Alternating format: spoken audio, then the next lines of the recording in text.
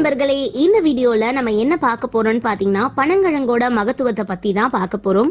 So எனக்கு தெரிஞ்ச ஒரு சில விஷயங்களை நான் உங்ககிட்ட இந்த வீடியோல ஷேர் பண்ணிக்க போறேன். வாங்க வீடியோக்குள்ள போலாம்.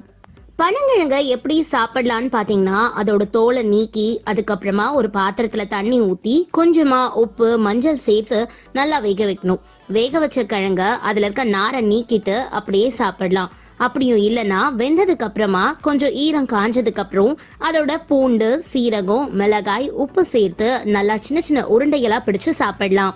இப்படி சாப்பிடும்போது நம்ம உடலுக்கு தேவையான சத்துக்களும் கிடைக்கும், நல்லா டேஸ்டாவும் இருக்கும். அடுத்ததா இந்த பனங்கிழங்க நல்லா காய வச்சு மாவு மாதிரி அரைச்சிக்கோங்க. இந்த மாவை யூஸ் பண்ணி கூழு, கஞ்சி, தோசை இப்படி விதவிதமா காலை உணவுகளா செஞ்சு சாப்பிடலாம். உடல் உஷ்ணம் பிரச்சனை இருக்கவங்க இந்த பனங்கிழங்க தாராளமா சாப்பிடலாங்க. இது சாப்பிடும்போது உடல் உஷ்ணத்தை குறைக்கிறதுக்கு ரொம்பவே உதவியா இருக்கும். உங்களுக்கு மலச்சிக்கல் பிரச்சனை இருக்கா? கவலையே படாதீங்க, இந்த பனங்கிழங்க சாப்பிடுங்க. பனங்கிழங்க சாப்பிடும் போது அதுல இருக்க அதிகப்படியான நார்ச்சத்து செரிமான மண்டலத்தை சீராக்கி மலச்சிக்கல் பிரச்சனைய போக்கும். அடுத்ததா பெண்களுக்கு, பலகீனமான கர்ப்பப்பை உடைய பெண்கள் தேங்காய் பாலோட பனங்கிழங்க மாவை சேர்த்து சாப்பிட்டு வரும்போது கர்ப்பப்பை நல்லா ஸ்ட்ராங்கா இருக்கும்னு சொல்றாங்க. அண்ட் அடுத்ததா பாத்தீங்கன்னா சர்க்கரை நோயாளிகளுக்கு, சர்க்கரை நோயாளிகளும் இந்த பனங்கிழங்க தாராளமா சாப்பிடலாங்க.